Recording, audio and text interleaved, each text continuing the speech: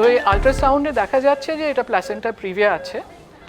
Placenta আক্রিটাও হতে পারে, যাতে প্ল্যাসেন্টা পরে অপারেশনের টাইমেও বেরোতে না পারে, অনেক ব্লিড করতে পারে। আমরা অপারেশনে নিয়ে যাচ্ছি সিজারিয়ানের জন্য, হয়তো ইউট্রাসও বার করার দরকার পড়তে পারে। সো ব্লাড ব্যাঙ্কে বলে দেন যে packed blood cells, fresh frozen plasma আর প্লেটলেট সব দরকার হবে। আমরা পিডিয়াট্রিশিয়ানকে বলে দেবো, ওটিতে ইনফর্ম করে দিন, অ্যানেস্থিজিয়া সিনিয়রকে ইনফর্ম করে দিন, আর আমি ইউরোলজিস্টের সঙ্গে কথা করে নেব যদি ব্যাকআপে থাকে। ওটি আমি ইমার্জেন্সিতে থেকে বলছি। ইমার্জেন্সিতে একটা প্লাজেন্টা প্রিভিয়া পেশেন্ট আসছে, হেভি ব্লিডিং হচ্ছে, তো পেশেন্টের এখন আর্জেন্ট বেসিস উটি করাতে হবে, তো অ্যানেস্থেটিককে ইনফর্ম করে রাখতে হবে পেশেন্টের আর্জেন্ট উটি আছে।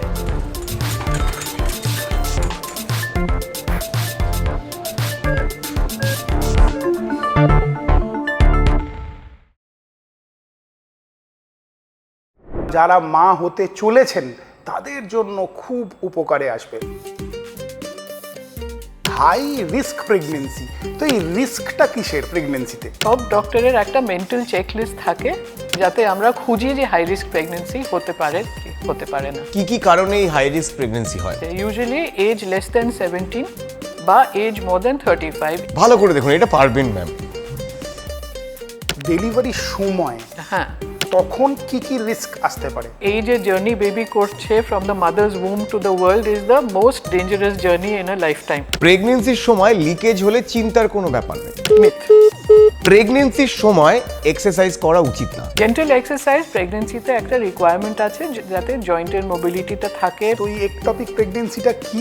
একটপিক মানে আউট অফ প্লেস, ঠিক জায়গাতে নেই। আপনার পার্সে ওনার ছবি আছে না, একদম হিন্ট, মানে বাউন্সার। মাকে অথবা সন্তানকে, এই দুজনের মধ্যে কাউকে একটা চুজ করতে হবে, বাঁচানো যাবে। আমাদের প্রায়োরিটি মাদার থাকে। এই মহাত্মা গান্ধী আছে। একদম। সিজার করলে বেশি টাকা পাওয়া যায়, সেই জন্য আপনারা নর্মাল ডেলিভারি করেন না। নর্মাল ডেলিভারি সিজার থেকে বেশি সেফ আছে। আপনি প্রচুর বেবি ফেস চেনেন। একটু বড় হয়ে যাওয়ার পরে আমি চিনি না। হাই, আমি সায়ন। হাই, আমি Kushal. Welcome to injection treatment season 2। Treatment.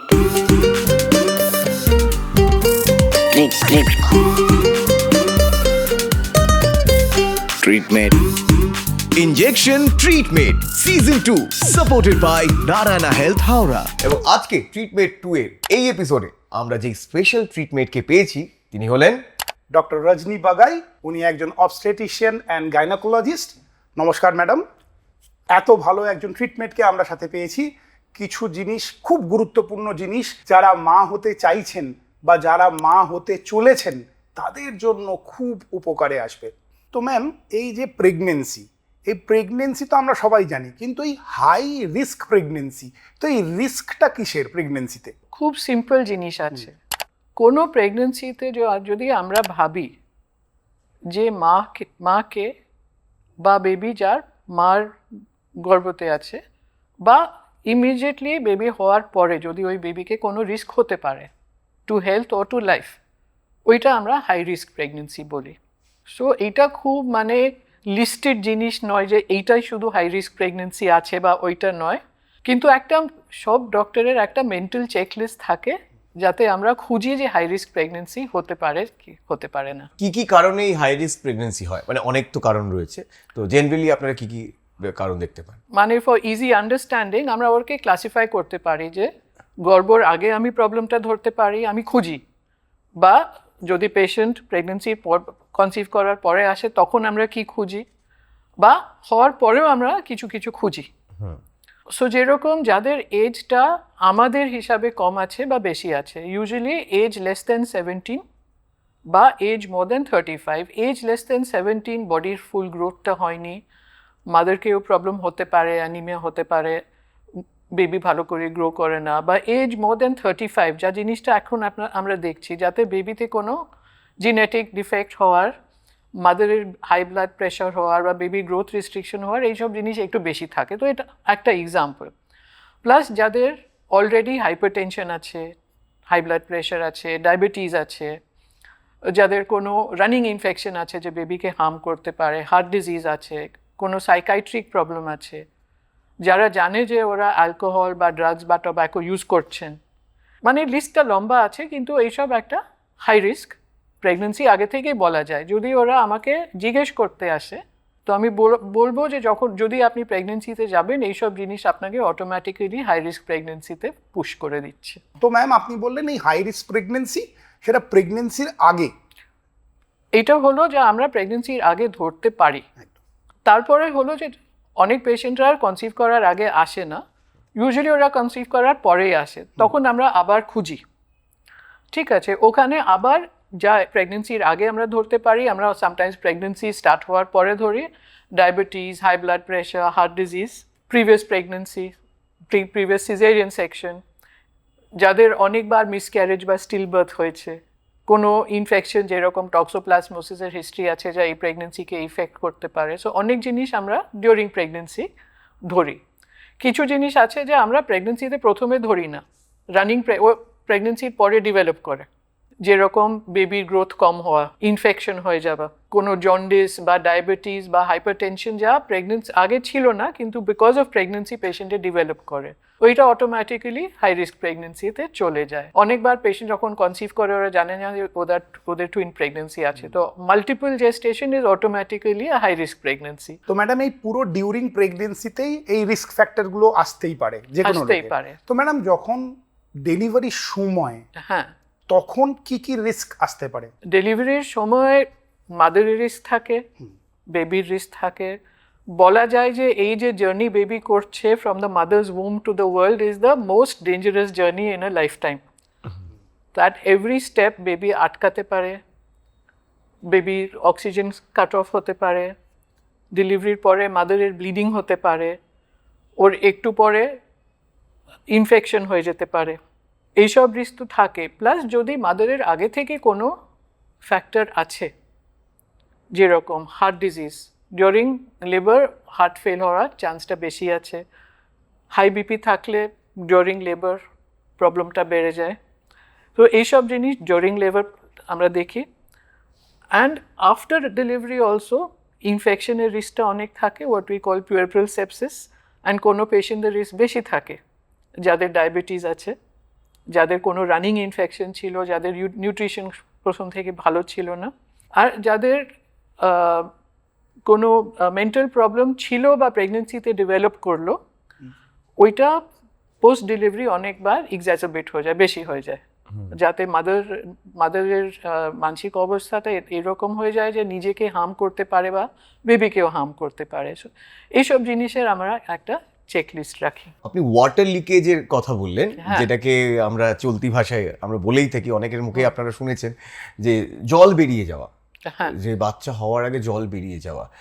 তো এটা হলে সঙ্গে সঙ্গে কি করণীয়, বা এটা কেন হয়? প্রথমে বলা যায় যে কেন হয়। হ্যাঁ, বেবির একটা প্রোটেকশন থাকে যখন মার উম্বে আছে, ও একটা ওয়াটার ব্যাগে এনক্লোজড আছে, আর প্ল্যাসেন্টা থেকে সব কিছু পায়, অক্সিজেন পায়, নিউট্রিশন পায়।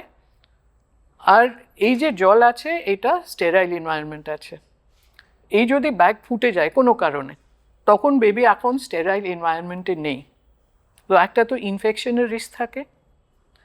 একটা হয় যে জলটা যদি বেশি কমে যায় তখন বেবি জায়গা পাচ্ছে না গ্রো করতে, তো ওই জরায়ুর ভেতরেই স্ট্র্যান্ডস, টিস্যু স্ট্র্যান্ডস ডেভেলপ করে, ওইটা বেবির লিম্বটাকে ট্র্যাপ করে সার্কুলেশন কাট অফ করতে পারে, মানে ওই লিম্বটা ডেভেলপ করবে না বা কেটেও যেতে পারে, নেকও ধরতে পারে। ওটা একটা এক্সট্রিম প্রবলেম আছে। এই লিকেজের সবসময় প্রবলেম ধরা যায় না, কোনো ডেভেলপমেন্টাল উইকনেস মেমব্রেনে থাকতে পারে, বা আমরা বিলিভ করি যে infection is a major risk factor.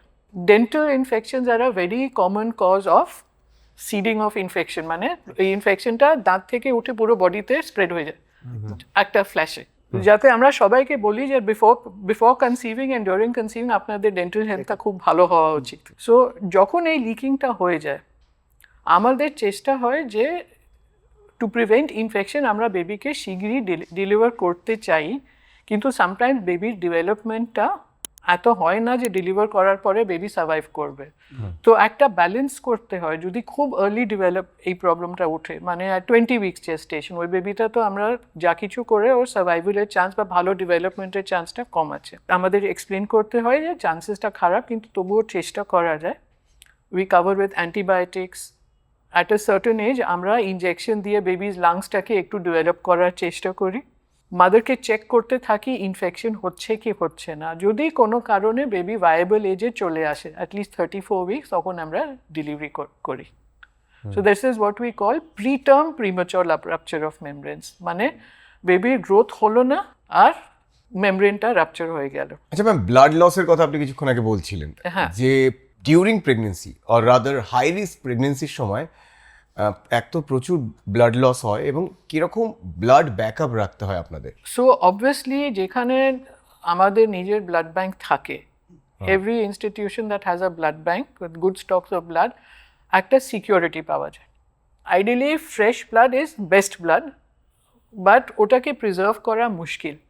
So that is Y এখন দেখা গেছে যখন আমরা ব্লাডকে ফ্র্যাকশনে করে দিই, packed red blood cells, plasma, cryoprecipitate, platelet, এইসব কম্পোনেন্ট যা ফ্রেশ ব্লাডে থাকে ওইটা আলাদা করে রাখি, তখন আমরা বেশি দিনের জন্য স্টোর করতে পারি, সো দ্যাট ইমার্জেন্সিতে আমরা পেয়ে যাই। So that is the reason that যত ব্লাডের কম্পোনেন্ট আমরা রাখতে পারি ওইটাই বেটার, বিকজ আমাদের তখন স্টকটা বেশি থাকে। আর ব্লাড লসের কথা আপনি বলছিলেন যে যুদ্ধের মতন ব্লাড লস হয় প্রেগনেন্সির সময়। হ্যাঁ, আমি তো বলবো যে কার্ডিয়াক সার্জনে যত ব্লাড দেখে একটা অপারেশনে, আমরা কোনো নর্মাল প্রেগনেন্সিতে বেশি দেখতে পারি।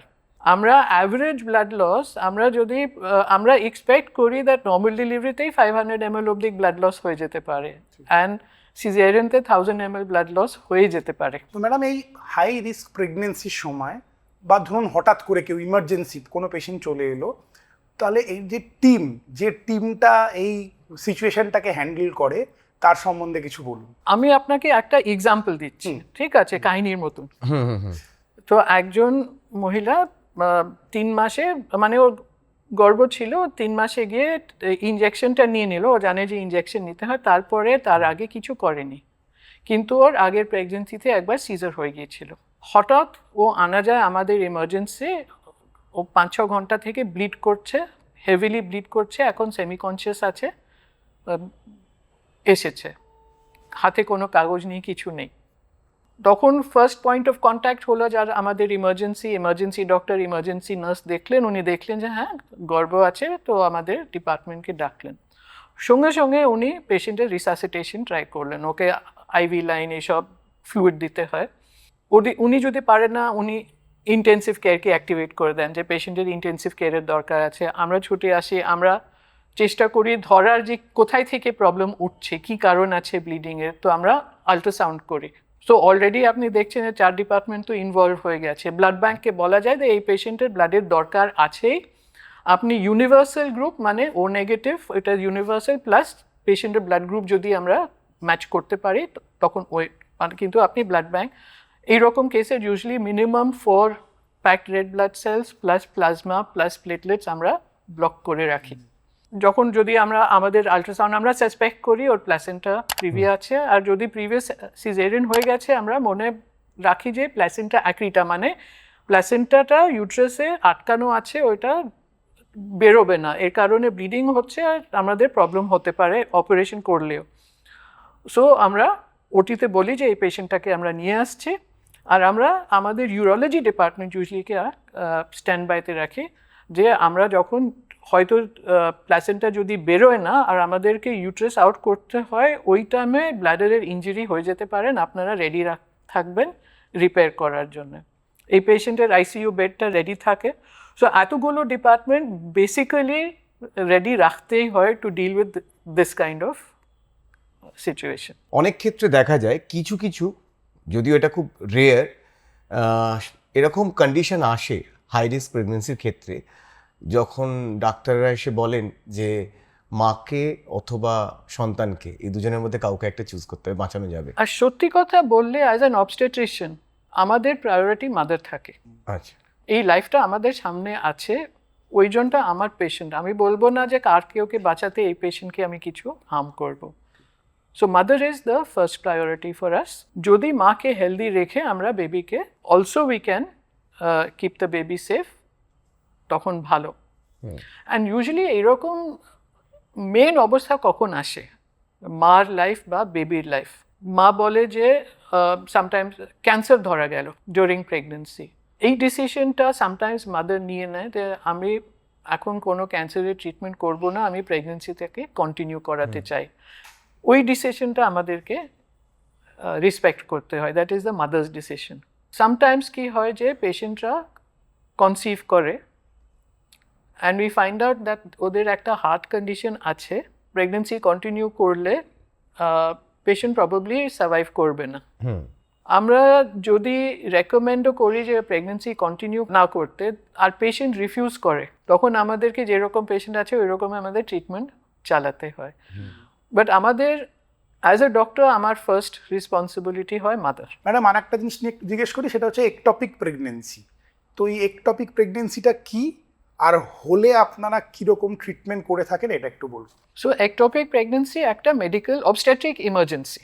অ্যান্ড কি হয়, একটপিক মানে আউট অফ প্লেস, ঠিক জায়গাতে নেই। তো প্রেগনেন্সিটাকে জরায়ুতে বসা উচিত, জরায়ুর লাইনিংটা খুব মোটো আছে, অ্যান্ড এই ইউট্রাসটা যে নর্মালি একটা মানে নাশপাতির সাইজে আছে, ওইটা গ্রো করতে করে একটা বড় কলসের সাইজে হয়ে যায়, ওর ক্যাপাসিটি আছে।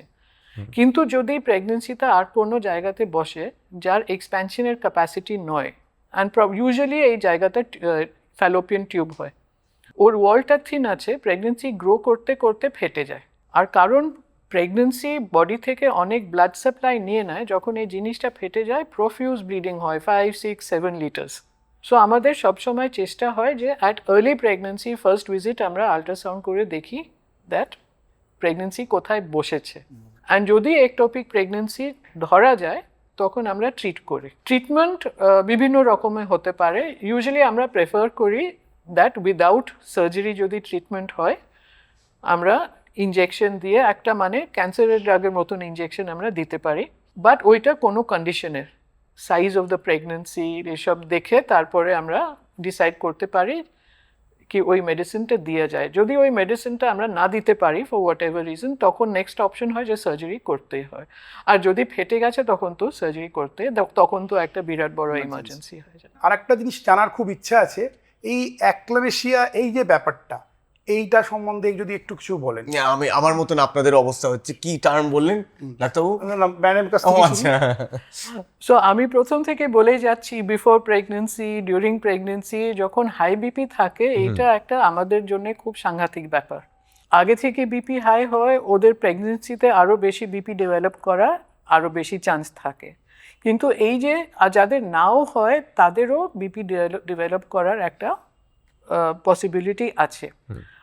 কিন্তু এই বিপি যে আছে এইটা শুধু হাই বিপি নয়, এইটা একটা সিমটম আছে বডির একটা ম্যাল অ্যাডজাস্টমেন্ট। প্রেগনেন্সিতে বডি ভালো করে অ্যাডজাস্ট করতে পারেনি, পুরো সব ব্লাড ভেসেলটা টাইট হয়ে গেছে, যার কারণে আমরা হাই বিপি দেখছি। কিন্তু এই জিনিসটা আপনার বেবিকে এফেক্ট করছে, আপনার কিডনিকে এফেক্ট করছে, ব্রেনকে এফেক্ট করছে, লিভারকে এফেক্ট করছে। আর যখন আমরা প্রথমে দেখি যে এই বিপিটা একটু হাই হয়ে গেছে, যা আগে ছিল না, আমরা বলি এটা হাইপারটেনসিভ ডিসঅর্ডার অফ প্রেগনেন্সি। যখন এই বিপিটা বেড়ে যায় তখন ওটাকে আমরা প্রি ইক্ল্যাম্পসিয়া বলি। আর যদি মাদারকে ফিক্স হয়ে যায় তখন আমরা ইক্ল্যাম্পসিয়া বলি। এটা একটা পুরনো টার্ম আছে। সো যখন ইক্ল্যাম্পসিয়া হয়, পেশেন্টকে ফুল অন কনভালশন হচ্ছে, ও যেরকম এপিলেপসিতে কনভালশন হচ্ছে, কিন্তু পেশেন্টটা এপিলেপটিক নয়। এই স্টেজে বেবিকে অনেক হার্ম হয়, পেশেন্টের লাইফ চলে যেতে পারে। এই অবস্থায় পেশেন্টের ব্রেন হেমারেজ হয়ে যেতে পারে। সো আমাদের অনেক বছর দিয়ে গাইনোকোলজিস্টের একটা চেষ্টা আছে যে আমরা আগে থেকে প্রেডিক্ট করি যে কোন পেশেন্টে এটা হতে পারে আর কীরকম প্রিভেন্ট করা যায়। সো আমি বললাম যে থার্ড ট্রাইমেস্টারেও কিছু ব্লাড টেস্ট আছে আর কিছু আল্ট্রাসাউন্ড ফাইন্ডিংস আছে যা খুব এক্স্যাক্টলি নয়, কিন্তু আমাদেরকে একটা ইন্ডিকেশন দেয় যে এই পেশেন্টটা পসিবলি গিয়ে পরে প্রি-এক্ল্যাম্পসিয়া ডেভেলপ করতে পারে। তো আমরা কিছু মেডিসিন যেরকম aspirin in low dose start করতে পারি। কিন্তু তবুও পেশেন্টের প্রবলেম হয়ে যেতে পারে। আমি সব পেশেন্টকে বলি, যদি আপনার বিপি তো আমরা চেক করতে থাকবো, কিন্তু যদি আপনার হঠাৎ মাথায় ব্যথা হয় বা আপনার চোখ থেকে ফগিনেস হয়ে যায়, দেখতে পাচ্ছে না, হঠাৎ ডিজিনেস হয়ে গেল, বা হঠাৎ ওপরের পেটে ব্যথা হলো, সিভিয়ার আপার অ্যাবডোমিনাল পেইন, এইসব signs of hypertensive disorder of pregnancy বা প্রি এক্ল্যাম্পসিয়া বা ইক্ল্যাম্পসিয়া হতে পারে, আপনি ডক্টরের কাছে চলে আসুন, even if it is a false alarm. In fact যখন আমরা বলছি যে ডক্টরের কাছে আসা যাওয়া, কিছু কিছু জিনিস আছে যে পেশেন্টটাকে মানে একটু সাবধান থাকাই উচিত। যেরকম ফিভার 48 আওয়ার্স থেকে বেশি থাকে, ইউজুয়ালি ভাইরাল ফিভার 2 দিনের মধ্যে চলে যায়, ফিভার পারসিস্ট করছে, ডক্টরের কাছে যাও। যদি আপনার কোনো ব্লিডিং হয় নিশ্চয়ই, যদি আপনার মেমব্রেন লিক করছে, যদি আপনার কনস্ট্যান্টলি ফ্যাটিগ থাকে বা হঠাৎ একটা ব্রেথলেসনেস এসে গেল যা ছিল না, these are all warning science. এইটা দেখলে পেশেন্টের ডক্টরের কাছে যাওয়া উচিত। তো আমরা অনেকটা জানলাম হাই রিস্ক প্রেগনেন্সির ব্যাপারে, আর আপনারা অনেকটা স্বস্তি পেলেন যে অতটা ভয় পাওয়ার কিছু নেই। আপনারা যদি সঠিক সময় এরকমই ট্রিটমেন্টদের সাথে যোগাযোগ করেন এবং সবসময় একটা স্ক্রিনিংয়ের মধ্যে থাকেন, তাহলে কিন্তু ভয় পাওয়ার কিছু নেই, অনেক হাই রিস্কও ম্যানেজ করা সম্ভব। এবার কিছু হাই সব যে মিথ রয়েছে আমাদের বাজারে ছড়িয়ে, সেগুলো একটু বাস্ট করার সময় তো। হ্যাঁ, এবার চলে যাবো নেক্সট রাউন্ডে। Next round fact check up. Fact check up. এই রাউন্ডে আমরা যেটা করি, আমরা কিছু স্টেটমেন্ট বলবো আমাদের ট্রিটমেন্টকে, সেটা শুনে উনি বলবেন এটা মিথ নাকি ফ্যাক্ট। প্রেগনেন্সির সময় এক্সারসাইজ করা উচিত না। মিথ। জেন্টাল এক্সারসাইজ প্রেগনেন্সিতে একটা রিকোয়ারমেন্ট আছে যাতে জয়েন্টের মোবিলিটিটা থাকে, পেশেন্টের মেন্টাল স্টেটাসটা ভালো থাকে, নো ডাউট অ্যাবাউট ইট। ভালো করে স্ট্রেচিং এক্সারসাইজ, কী রকমের এক্সারসাইজ এক্স্যাক্টলি করা উচিত this is not defined, but exercise বারণ করা উচিত না। এক্সারসাইজ করা খুব ইম্পর্টেন্ট, ম্যাম যেটা বললেন। কি এক্সারসাইজ করবেন সেটা অবশ্যই উইথ ইয়োর ডক্টর গাইডেন্স। প্রেগনেন্সির সময় কাঁচা হলুদ, পেঁপে, আনারস খাওয়া উচিত নয়, এতে মিসক্যারেজ হতে পারে। এইটা আমি বলবো পার্শিয়াল মিথ। পেঁপেতে মোর দেন আনারস, বাট পেঁপেতে একটা কেমিক্যাল আছে যে ইউট্রাইন কন্ট্রাকশন কজ করাতে পারে, কিন্তু ওই কন্ট্রাকশন কজ করার জন্য আপনাকে কত কেজি পেঁপে একসঙ্গে খেতে হয় বলা মুশকিল। এত মানে নর্মাল ডোজে মানে দুটো পেঁপে খেলে কিছু হবে কিছু হবে না, পাকা বা কাঁচা কোনো ব্যাপার নেই। প্রেগনেন্সির সময় লিকেজ হলে চিন্তার কোনো ব্যাপার নেই। মিথ। লিকেজ হলে মানে অ্যাকচুয়াল ওয়াটার ব্যাগ থেকে লিকেজ হওয়া ইজ আ কনসার্ন। সামটাইমস এটা আসল লিকেজ হয়, কোনো রকমের ডিসচার্জ আছে, নর্মাল ডিসচার্জটা প্রেগনেন্সিতে বেড়ে যায়। যদি আপনার মনে ডাউট আছে, আপনাকে ডক্টরের কাছে গিয়ে কনফার্ম করা উচিত, ইগনোর করা উচিত না। একজন পেশেন্ট যদি একবার কনসিভ করে, তার দ্বিতীয় প্রেগনেন্সির আগে অ্যাটলিস্ট 1 বছরের গ্যাপ নেওয়া উচিত। ফ্যাক্ট। কারণ বডির হিলিং যে ক্যাপাসিটি আছে, টেনসাইল স্ট্রেংথ অ্যাটেইন করার জন্য মিনিমাম 1 ইয়ারের দরকার, অ্যান্ড 2 বছর টাইম দিলে আরও বেটার হিলিং হয়, স্ট্রেংথটা চলে আসে। So risk of rupture of the uterus following a cesarean section is less.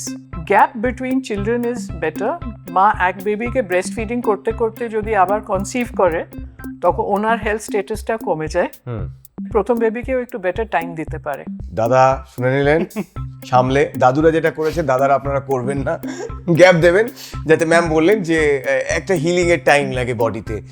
Caesar করলে বেশি টাকা পাওয়া যায়, সেই জন্য আপনারা নর্মাল ডেলিভারি করেন না। মিথ। আমরা জানি যে এখনো in this day and age, যখন ওটিটা ভালো আছে, ব্লাড প্রোডাক্ট পাওয়া যাচ্ছে, অ্যান্টিবায়োটিক ভালো আছে, তখনও নর্মাল ডেলিভারি সিজার থেকে বেশি সেফ আছে। পেশেন্টের রিস্ক টু লাইফ এখনও নর্মাল ডেলিভারি কম আছে। যদি কোনো ইন্ডিকেশন থাকে যাতে সিজার করা যায়, বা sometimes patient point blank refuse normal delivery, তখন নিশ্চয়ই সিজার করা যায়। অনেক কিছু জানলাম আমরা আমাদের এই রাউন্ড ফ্যাক্ট চেক আপ থেকে। আর আমাদের পরবর্তী রাউন্ড, আমাদের ফেভারিট রাউন্ডে যাবো ম্যাম। আপনি সার্জারি করেন আর আমরা সার্জিক্যাল স্ট্রাইক করবো আপনার উপর। Okay. ভয়ঙ্কর ব্যাপার, তাই না? বাট খুব মজার ব্যাপার। আমরা চলে যাবো আমাদের next round, surgical strike. Surgical strike. Welcome to surgical strike. আর আজকের সার্জিক্যাল স্ট্রাইকে ম্যাম, আপনি তো প্রচুর বেবিদেরকে দেখেছেন যাদেরকে পরবর্তীকালে তারা ওয়েল এস্টাবলিশড হয়ে আপনার সাথে দেখা করেছে, তো আপনি প্রচুর বেবি ফেস চেনেন। একটু বড় হয়ে যাওয়ার পরে আমি চিনি না, কিন্তু তখনও কি বড় হওয়া আসার পরেও কি পা দুটো এরকম করে ধরে নিচের দিকে তুলে দেখেছেন? হয়তো এরকম তুললে আমি দেখে বুঝতে চিনতে পারছি পারবো। কিনা। সো না, ভয় পাবেন না। কিছু ফেমাস পার্সোনালিটির ছোটবেলার ছবি আপনাকে দেখাবো, আপনাকে দেখে বলতে হবে যে এটা কে। ও বাবা, আমরা আমরা আমরা আপনাকে হেল্প করব ম্যাম। ম্যাম এটা আমার কোনো 20 কোয়েশ্চেন্স এর হেল্প পাবো না, আমাকে সোজাই গেস। আপনি ট্রাই করুন, ভালো করে চোখটা দেখুন। একটুখানি আপনাকে হিন্ট দিচ্ছি, musical personality. Lata Mangeshkar. Yes, wonderful. Okay, next. এটা ভালো করে দেখুন, আমার টুপিটা না থাকলে আপনি বুঝতে পারতেন কিছুটা। এনাকে একদমই এনাকে আপনি মোটামুটি রোজই দেখেন এনার ছবি। হ্যাঁ, এটাকে ছোটবেলায় রবীন্দ্রনাথ ঠাকুর আছেন? না, কিন্তু আমাদের প্রত্যেককে এনাকে রোজ রোজ দেখতে হয়, হাতে নিয়ে দেখতে হয়। পেশেন্ট এলে তো আপনি প্রচন্ড খুশি হন যেটার এত ছবি নিয়ে আসে আপনার জন্য। একদমই গেস করতে পারছি না। ধরেন কোনো পেশেন্ট আপনার কাছে এলো, এনার প্রচুর ছবি নিয়ে আপনার সাথে দেখা করে। না, একদম হিন্ট মানে Ma'am, বাউন্সার আমার মাথার হ্যাঁ, উপরে ma'am, চলে মানে যাচ্ছে। মানে আমাদের আপনার পার্সে ওনার ছবি আছে। হ্যাঁ, পার্সে ছবি আছে। এই মহাত্মা গান্ধী আছে? একদম। ওকে, নেক্সট। ভালো করে দেখুন, এটা পারবেন ম্যাম। এটা একজন অ্যাক্টর, বলিউড অ্যাক্টর। এদের গোটা ফ্যামিলি বলিউডে রয়েছে। কোনো কাপুর আছে নিশ্চয়ই। গোফটা ছাড়া ভাবুন। শশী কাপুর। Right ma'am. ও ম্যাম, দারুণ খেলছেন আপনি, দারুণ খেলছেন। Okay, next. Next clean shave আছে, আপনার একটু অসুবিধা হতে পারে। এত পিসফুল নয় বোধহয়। পোশাকটা একই আছে, এবার এনাকে দাড়ি সমেত ভাবুন। টুপিটা ওই রকমই দেখাচ্ছে। ওনার লেখা গান শুনলে মানুষ দাঁড়িয়ে যায়। এইটা রবীন্দ্রনাথ ঠাকুর। একদম। আই গেস আমাদের হিন্ট গুলো আপনার হেল্প করছে, আমরা একটু ট্রিকি। ওকে, নেক্সট। কে হতে পারে? সচিন তেন্ডুলকর? না ম্যাম, আরো আরো আরো আগের জেনারেশন, মানে পটাউদি? নো ম্যাম, ওনার ছেলেও একজন ক্রিকেটার, যদিও সে অত। Neel Gavaskar? Right ma'am. Bye elimination. Okay, last but not the least. এইটা ছবি। হ্যাঁ শুয়োপোকা? হ্যাঁ, শুয়োপোকা, কিন্তু এটা কার ছোটবেলার ছবি? ভালো করে ভাবুন ম্যাম। শুয়োপোকা মানে বড় বড় হয়ে কি হয়? বাটারফ্লাই হয় না? ইয়েস ম্যাম, এটা ছিল প্রজাপতি ছোটবেলার ছবি। ওয়ান্ডারফুল। উফ ম্যাম, দারুণ খেলেছেন। Surgical strike. তো ম্যাম কেমন লাগলো খেলে? খুব টেন্স ছিল। হ্যাঁ, মানে মানে প্রথমবার এই বেবিদেরকে দেখে আপনি প্রচন্ড টেন্সড হলেন, কারণ আপনি হাই রিস্ক প্রেগন্যান্সি হ্যান্ডেল করেন, সেখানে বেবি এটা ফেস তো বেশি হাই রিস্ক। এটা আরো হাইয়েস্ট রিস্ক। ম্যাম, সবচেয়ে highest risk pregnancy, the most highest risk pregnancy আপনি হ্যান্ডেল করেছেন আপনার ক্যারিয়ারে? এটা বলা মুশকিল। আর সত্যি কথা, অ্যাকচুয়ালি যত প্রেগন্যান্সি থাকে আমরা লাস্ট মোমেন্ট অবধি টেন্স থাকি। ট্রু। কতই নর্মাল হতে পারে, কতই আনইভেন্টফুল হতে পারে, কিন্তু আমরা জানি যে অবস্টেট্রিক্স ইজ ভেরি আনপ্রেডিক্টেবল। তো পুরো কেয়ারটা প্রথম থেকেই করতে হয়, আমাদেরও পেশেন্টেরও।